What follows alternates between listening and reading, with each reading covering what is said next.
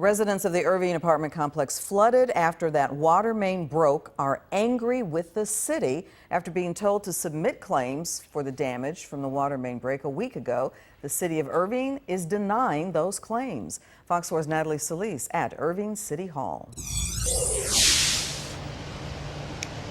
Well, Clarice, here we are just over a week after that water main broke, and residents say that the city is refusing to honor those claims. They're saying they're not doing what is right, and they believe the city should cover the cost of repairs and replace ruined belongings.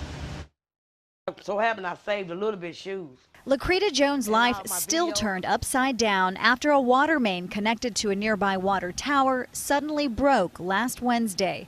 Jones' neighbor shot this Snapchat video as 2 million gallons of water rushed into the Newport apartments. Once the water receded, 6 units soaked, several vehicles left caked in mud and inoperable. A week later, mold starting to grow in this passenger seat. Its owner says she lost her job because she didn't have transportation. We didn't tamper with nothing. We didn't do nothing. We were standing on our porch and all of a sudden we seen this flood.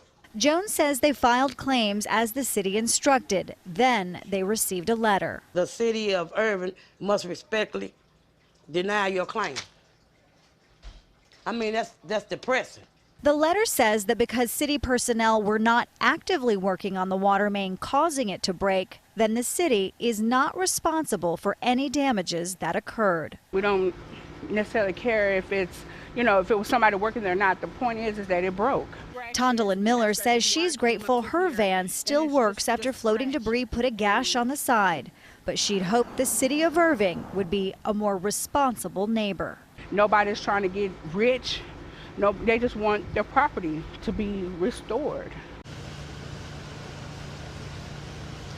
Now, the City of Irving did put out a statement just a short time ago. It says, in part, that under state law, the city is prohibited from paying these types of claims. Now, several flood victims did tell me that they do plan on attending tonight's City Hall meeting and voicing their anger. Clarice? Yeah, a lot of anger out there, Natalie. The city's saying it's not responsible, but who is, and what are the options to get some help for these residents? Right. Well, unfortunately, these residents, for those who don't have insurance, they really don't have any place to turn. They say, it's been very difficult this last week. Now, the city did say in that statement that it is working with several nonprofit and for-profit organizations to try to help people there get back to normal. But we were there speaking with them earlier this afternoon, and they say that help just isn't coming. Clarice. All right, we'll stay with it. Natalie, thank you.